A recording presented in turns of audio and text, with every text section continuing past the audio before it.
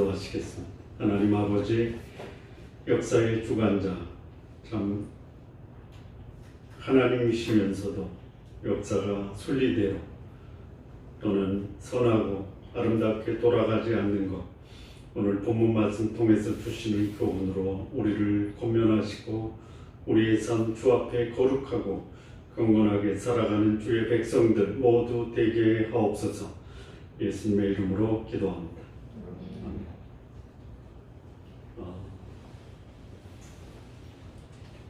이스라엘의 그 극심한 개근과 가문이 끝납니다.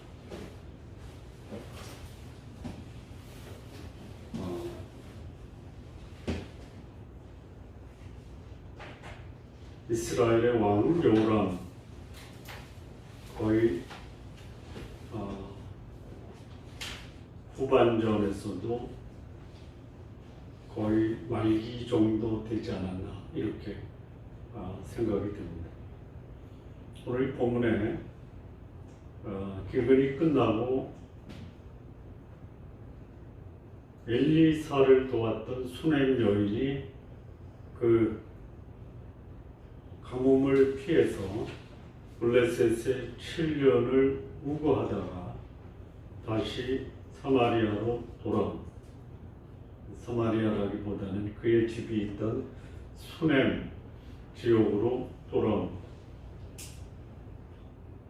그래서 수넴 여인의 그 집과 전토를 요람에게 호소하러 올 때에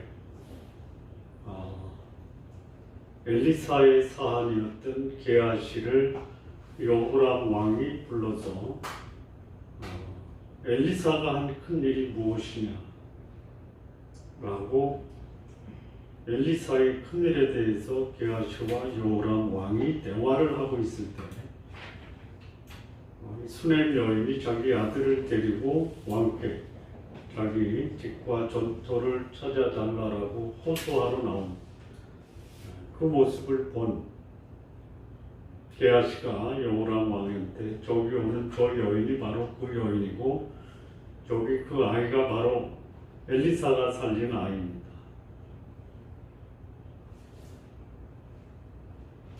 이 수넴 여인이 여호람 왕에게 이제 엘리사가 자신에게 행했던 그 큰 일에 대해서 게하시가 말한 그대로 똑같이 설명을 드리고 자기에게 남겨진 떠날 때 남겨진 소위 집과 전토를 찾아주십사라고 호소하니까 왕이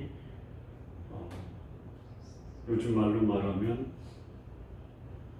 태스크 포스를 구성합니다. 그리고 그거의 장을 이스라엘의 한 관리를 임명을 해요. 소위 말하면 왕이 왕권을 발동해서 수넴 여인의 집과 전토를 찾아줬다. 이거 보면서 여러분 뭐 궁금한 거 없어요? 없어도 돼요. 뭐가 궁금해야 하냐면 게하시가 왕하고 대화하니까 우리 전에 그 말씀 빼놓고 지나갔지만 나만 장군이 와서 문둥병을 고쳐달라고 엘리사에게 왔을 때 요단강에 가서 7번 몸을 담그라 씻으라 씻고 나왔어요. 그 이제 그 금, 은, 옷 가지고 오잖아요. 엘리사가 필요 없다. 이게 이제 하나님의 사람의 모습이에요. 그런데 사안은 또 다르죠. 한몫 챙기겠다. 그래서 나만 장군한테 한몫 챙기잖아요. 그래서 들어오니까 엘리사가 너 왔다 왔냐? 잠깐 나갔다 왔다. 너 나만한테 뇌물 받았지. 그래서 그게 이제 엘리사에 의해서 발각이 되고 게하시는 문둥병이 들었죠. 질문이 나오죠. 무슨 질문이요? 언제 나왔나? 어떻게 나왔나? 무슨 질문이 나와야 되냐면요. 이스라엘의 가뭄, 사마리아의 가뭄이 나만 장군이 오기 전에 일어난 일이다. 그래야 되죠. 상식적으로. 게하시는 나만 장군이 온 다음에 문득병이 걸렸잖아요. 근데 여기 보니까 왕이 게하시하고 대화하잖아요. 그러면 이 소위 사마리아 이스라엘 전역에 가뭄이 들었던 것은 나만 장군이 오기 전에 있었던 일이다. 1번, 이 아이가 이제 7년 동안 사마리아 갔다가 돌아왔으니까 적어도 나이는 우리 나이로 치면 8살 또는 9살 그 정도 되지 않겠어요? 예? 근데 이 요람 왕의 재임 기간이 12년이에요. 그러면 이게 만약에 9년이다라고 할 때 아이가 이제 낳고 성장해서 그 후에 기근이 왔고 요람 왕의 재임 기간은 12년이고 그리고 나만 장군이 소위 전쟁 전에 왔다가 아합 왕 때 이제 잡혀온 아이가 얘기하니까 이제 이스라엘에 와서 엘리사를 만나서 병이 났다. 그리고 기근이 들어서 블레셋까지 갔어요. 이 블레셋은 왜 기근이 들었냐면 거기는 해안 평야지대에 있대. 그럼 이거는 뭐예요? 이게 이제 그 기근이 끝나고 거의 요람 왕의 후반기라고 할 때 게하시가 문둥병 상태에서 엘리사의 사안이 되고 문둥병 상태에서 요람 왕하고 대화한 거예요? 아니면 이거는 추정하는 거예요. 어떻게 추정하냐? 우리 지난주에 그 사마리아의 기근 때문에 4명의 그 나병 환자가 있죠. 나병 환자. 그야말로 기쁜 소식을 전하는 전령 역할을 했어요. 그때 거기 나병 환자 중에 한 사람이 아람 군대에 가서 시컷 먹고 마시고 감추고 했는데 거기 한 나병 환자가 이 일이 선치 못하다. 사마리아 성에는 굶고 있는데 우리 여기서 우리만 배부르면 되겠냐? 라고 말하는 그 나병 환자가 누구겠느냐? 누구예요? 모르죠. 성경에 안 나오니까. 그런데 그런 영적인 안목을 갖고 있는 사람이 누구였을까라고는 추정을 해볼 수 있죠. 그가 게하시가 아니겠느냐라고 저는 추정을 하는 거예요. 그런 깊은 소식을 전하니까 하나님이 전에는 욕심 때문에 문둥병이 걸렸지만 이제는 내 것만 가진 것이 아니라 같이 나누는 삶으로 변화됐잖아요. 그래서 재물도 모으고 함께 공존하게 되고 그리고 하나님이 특별한 은혜로 게하시의 나병을 낫게 하고 다시 엘리사의 사안으로 들어갔지 않았겠냐라고 추정하는 어디에도 나온 게 없어요. 주석에도 나온 게 없어요. 그렇게 묵상해도 충분히 그럴 듯하죠. 네? 우리 어떤 자매한테 얘기했더니 그렇게까지 비약할 필요가 있어요라고 저도 그런 생각이 들어요. 그러니까 여기 적어도 7년은 넘어간 거예요. 요람 제 12년 동안에 이제 기근이 끝나고 7년이 지나고 왔으니까 그 기근 기간만 해도 7년이 넘는 거 아니에요. 그리고 이 아이가 낳았단 말이에요. 그 아이를 데리고 갔다. 그리고 이제 여기 또 하나는 뭐냐면 남편이 안 나와요. 그때 이 아이를 낳을 때 남편의 나이가 굉장히 늙었다고 그랬죠. 돌아가신 거. 그리고 이제 분위기가 바뀌어요. 하사엘로 바뀌어요. 이름 없는 여인과 아람의 장군 또는 베나닷의 신하, 가장 신뢰받는 신하, 이방인. 여기 이름 없는 여인, 경건하고 거룩한 여인과 이방의 왕의 신하이면서 왕을 죽이고 왕이 된 사람, 굉장히 대조적이죠. 대조적이죠. 왜 이렇게 하나님이 그 하사엘을 등장시켜서 엘리사로 하여금 그에게 기름을 붓게 하느냐? 이거 언제 나온 거예요?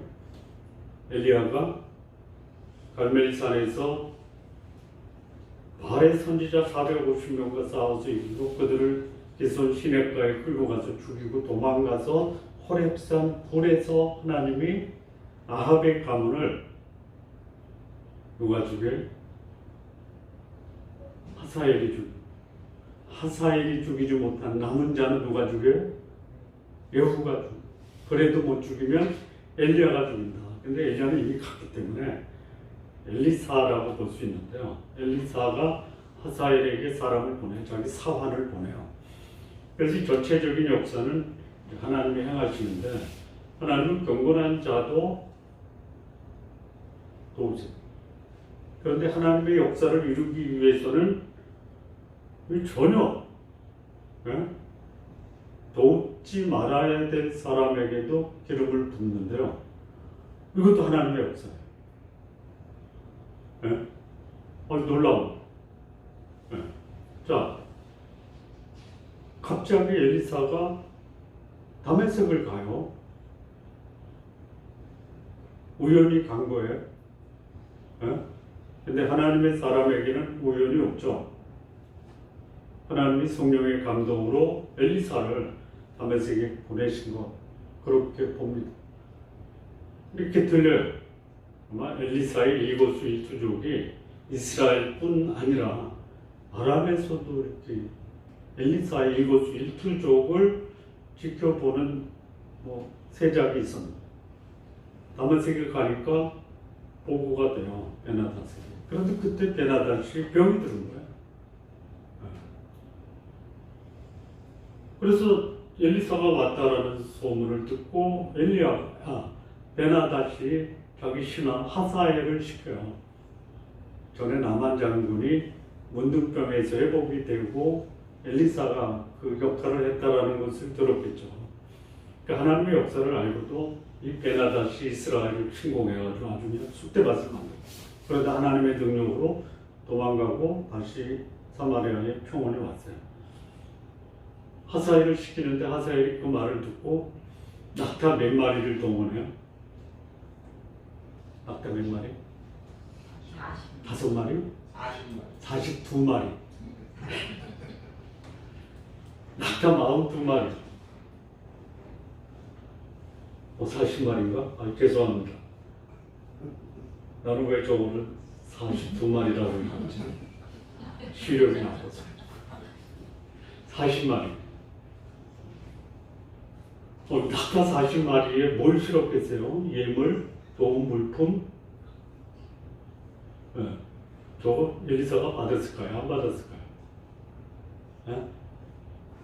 제가 갔으면 받았을까요? 안 받았을까요? 안 받아요. 받아야죠. 선물인데 왜 안 받아? 고쳐 주기 전에 줬으니까 저거는 선물이죠. 아, 그런가? 뇌물인가?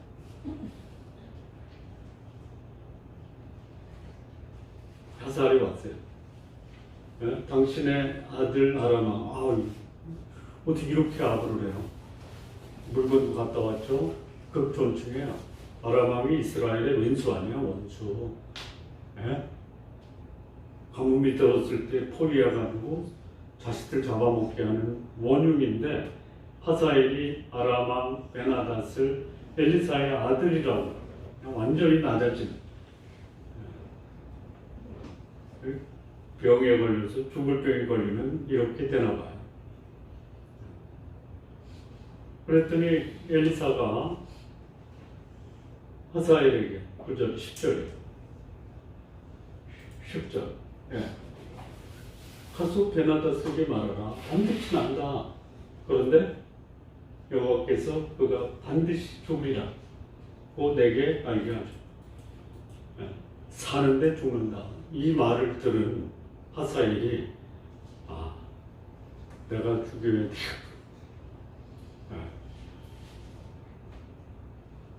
그렇게 이제 이 말을 하자엘에게 했는데 엘리사가 하자엘을 쏘아봐요. 부끄러워하기까지 그의 얼굴을 여러분 제가 저기 하정아 형제의 눈을 부끄러워하기까지 쏘아보면 어떨까? 외면할 거예요.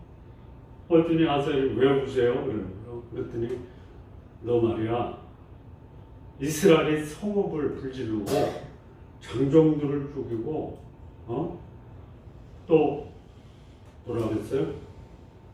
아이를 맺히고 아이를 뵌 부녀들의 배를 간다. 근데 사실 하자엘이 이렇게 안 해요. 다른 왕이 이렇게 해요. 근데 그게 다 하자엘의 영향이라 이거죠. 그랬더니 하자엘이 자기를 뭐라, 개 같은 놈인데, 제가. 개 같은 놈이. 여러분, 개 같은 종이라는 게 자기를 낮추는 겁니까? 아니면 나 개 같은 놈이야, 개같이 살 거야 라는 말일까요? 낮추는 거예요? 두 가지 다 있어요. 개 같은 짓을 하는 거예요. 요 개는요, 반려견이 아닙니다. 들개예요, 들개. 들개. 나중에 이제 예후가 반정을 해서 이제 무너뜨리고, 이스라엘이라고 하는 별궁에 갔을 때 거기 이세벨이 창문으로 내려갔잖아요. 그러니까 신하들에게 던지라니까 던졌잖아요. 한참 있다가 야 그래도 걷어서 저 장례 치러줘라 했더니 다 먹어버린 거예요. 누가? 걔가. 그런 개예요. 하사엘이 자기를 제대로 본 거예요.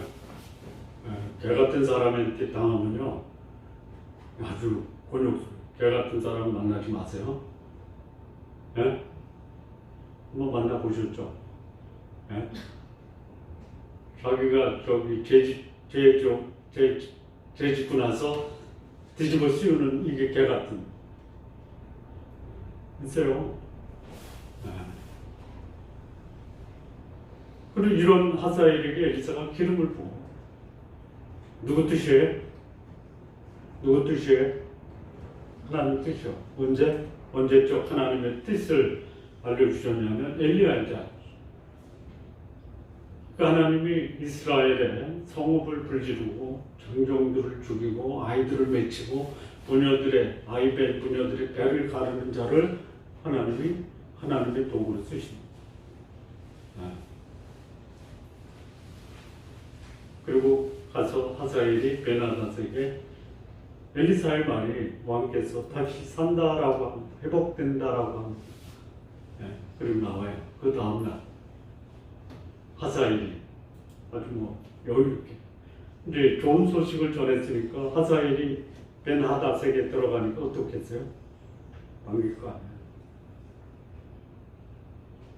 이불에다가 물을 붓는 적셔요. 벤하닷의 얼굴을 눌러서 죽이고 하사엘이 왕이 됐다.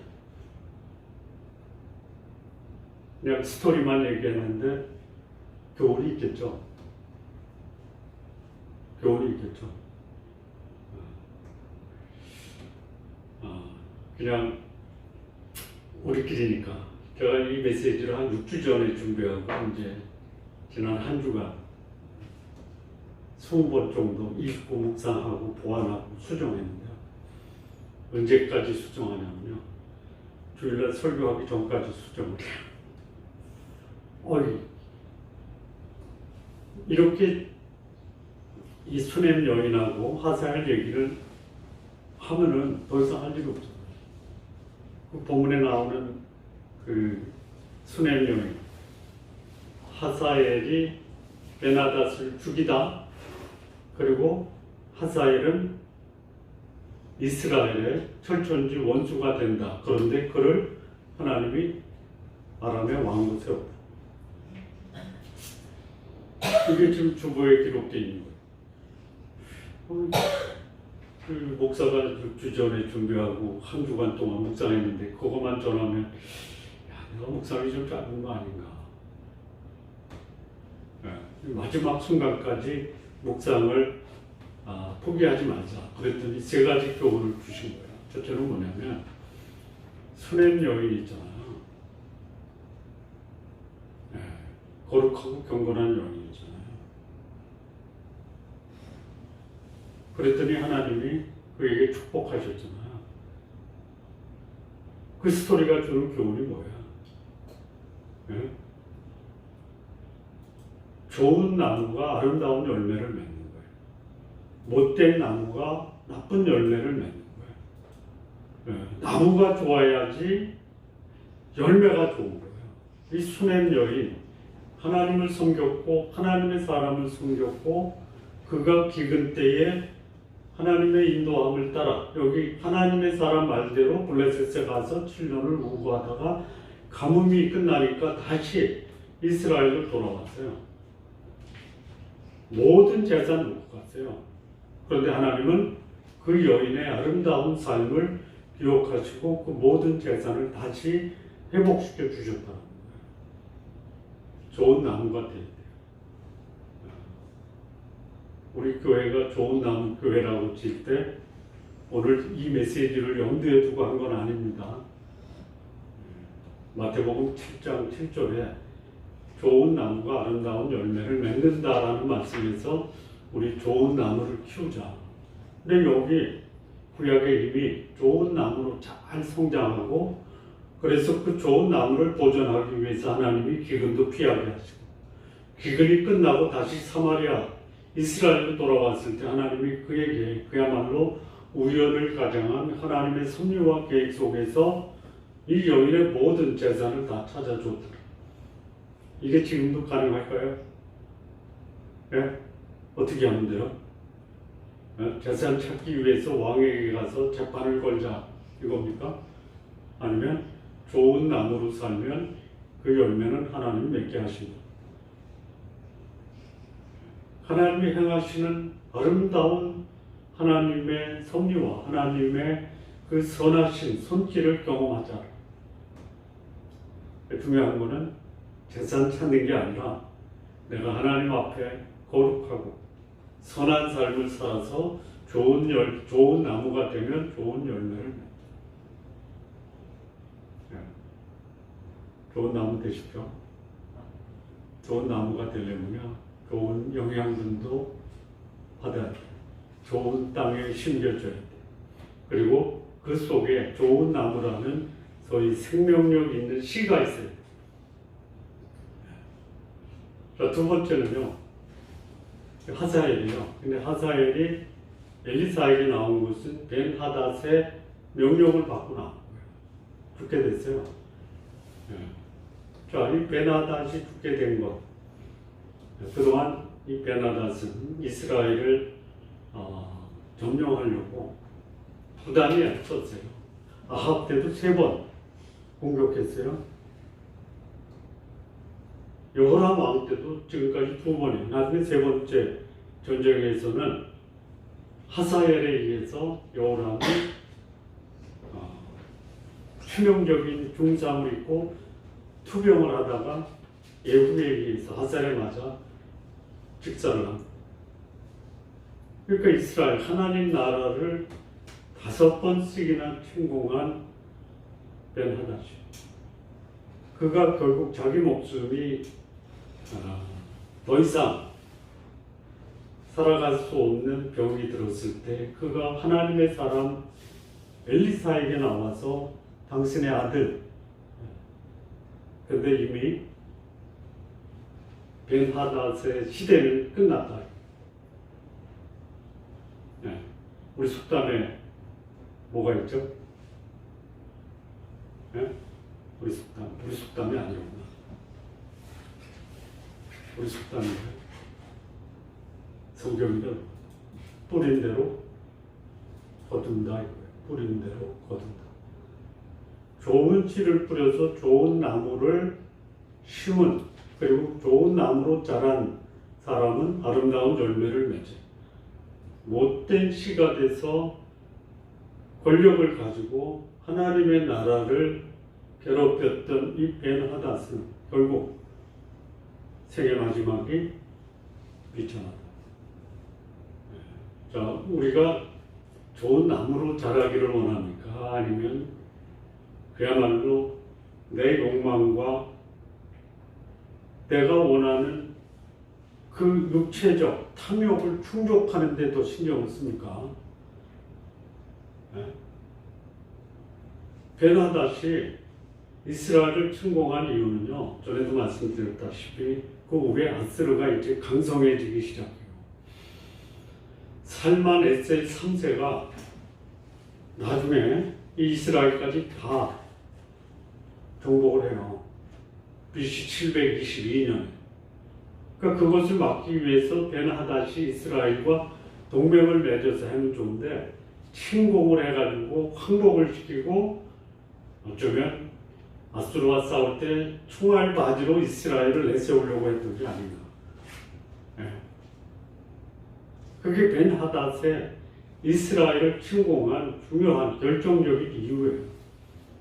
안 됐잖아요, 하나님 나라가. 자기도 전쟁 통해서 국력을 약화시켰고 이스라엘도 결국은 하나님께 불순종해서 기근의 전쟁까지 하다가 결국 반정으로 오므리 왕조를 무너져요. 그러니까 이 벤하닷의 모습을 보면 나쁜 씨를 뿌려서 못된 나무가 되고 못된 열매를 맺어요. 이 생이 비장합니다. 하나님께서 보호하시고 또 도우시는 사람은 누구냐? 거룩한 사람, 선한 사람. 뿌린 대로 거두는 거예요. 여러분, 오늘의 여러분의 삶이 지속되면 그 삶이 여러분의 삶을 평가의 가장 중요한 잣대가 돼요. 그거 가지고 하나님 평가하세요. 자, 그리고 이제 하사엘이 나오잖아요. 하나님의 기름을 보여 왕이 됐어요. 그런데 그가 뭐 하냐면 이스라엘의 성읍을 태우고 장정들을 죽이고 어린애를 맺히고 아이벨 부녀들의 배를 누구한테 배운 거예요? 누구한테 배운 거예요? 그 나라의 정치 풍토, 사회 문화, 아람 사람들이 살아가는 이 삶의 스타일이 그런 거예요. 수단과 방법을 가리지 말고 자기 욕심을 채우라 이거예요. 그럼 이걸 통해서 배울 수 있는 게 뭐예요? 첫 번째, 두 번째는 성경에서 가져온 거고 세 번째는 우리 속담에서 가져온 거예요. 뭘까요? 콩 심으면 뭐가 나와요? 팥 심으면? 하사엘이 아람이라는 나라에서 배운 게 뭐예요? 다른 나라 점령하고 질 것 같으면 비굴하게 굴복하고 그런 삶이 어떤 삶이에요? 어떤 삶이에요? 아까 얘기했잖아요. 크게 얘기해요. 아람의 문화가 무슨 문화예요? 또 이게 나만 알 수 없다. 무슨 문화? 개 같은 문화. 개 같은 문화에서 자라면 뭐 같이 돼요? 개 같이 돼요. 거룩한 나라에서 거룩하지 못하고 욕망과 탐욕에 사로잡히면 그 나라는 무슨 취급당한다? 개 취급당한다. 개같이 살아가는 그런 문화 속에 살아가는 사람들, 아무리 그가 권력을 갖고 재물이 많고 고상한 척해도 결국 그는 뭐다?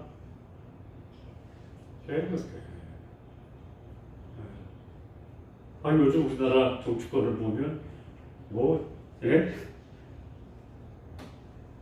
그래요. 사법고시 합격하고 개에서 대정부 질문하면 개를 보는 거.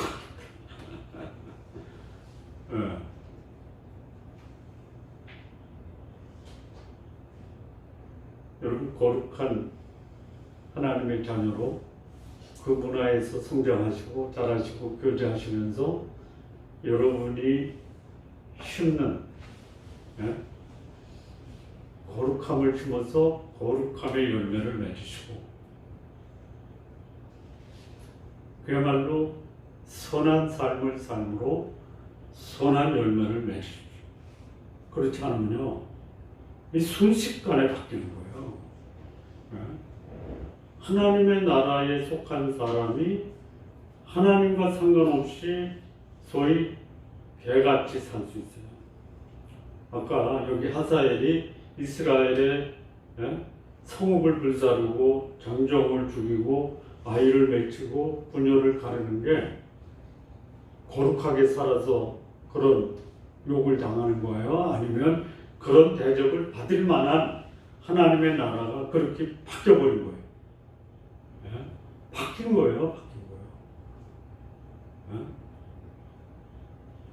내가 죽어도 거룩함을 포기할 수 없다. 그러면 하나님이 보호하세요. 보호하시죠? 엘리사를 베나다시 보내서 성읍을 둘러쌀 때 게하시가 와서 보고 큰일 났습니다. 큰일 났어요. 눈을 열어서 보이니까 불말과 불병거가 엘리사를 둘러쌌다. 거룩한 사람은 전능하신 하나님이 보호하시고 더러운 사람은 그가 거룩한 나라에 속해 있다 하지만 삶이 더러우면 하나님은 그에 대한 대가를 지불하게 하십니다. 성도님들, 거룩한 콩을 심으시고요, 경건한 팥을 심으셔서 경건한 콩과 거룩한 팥을 거두시길 바랍니다. 자, 정리할게요. 하나님이 그야말로 보호하시고 축복하시는 사람이 누구냐? 거룩한 사람을 아무도 도와줄 것 같지 않은 상황에서도 하나님은 그가 거룩한 삶을 살았다라는 이유 하나로 기근도 피하게 했어요. 그가 거룩한 삶을 살았다라는 이유 하나로 빼앗긴 모든 집과 전토를 되찾게 해주시고 그 찾으려고 법정 다툼하고 가서 싸우고 그럴 필요 없어요. 내가 하나님 앞에 거룩하냐. 그러면 하나님은 그가 필요한 거 채워주시고. 자, 그렇지 않은 사람, 하나님의 도움을 구하면서도 전혀 거룩하지 않고 하나님 나라를 괴롭힌 자는 그가 뿌린 씨를 거둬. 그리고 그 씨가 결국 한 나라의 통치자라면 그 나라 전체의 문화를 그렇게 만듭니다. 이 아람이라는 나라는 어떻게 말하면 하나님 보실 때는 하사엘이 자기의 모습을 인정했듯이 개 같은 나라예요. 그럼 개 같은 나라는 어떻게 돼요? 개 취급받는 거예요. 결국 죽는 거예요.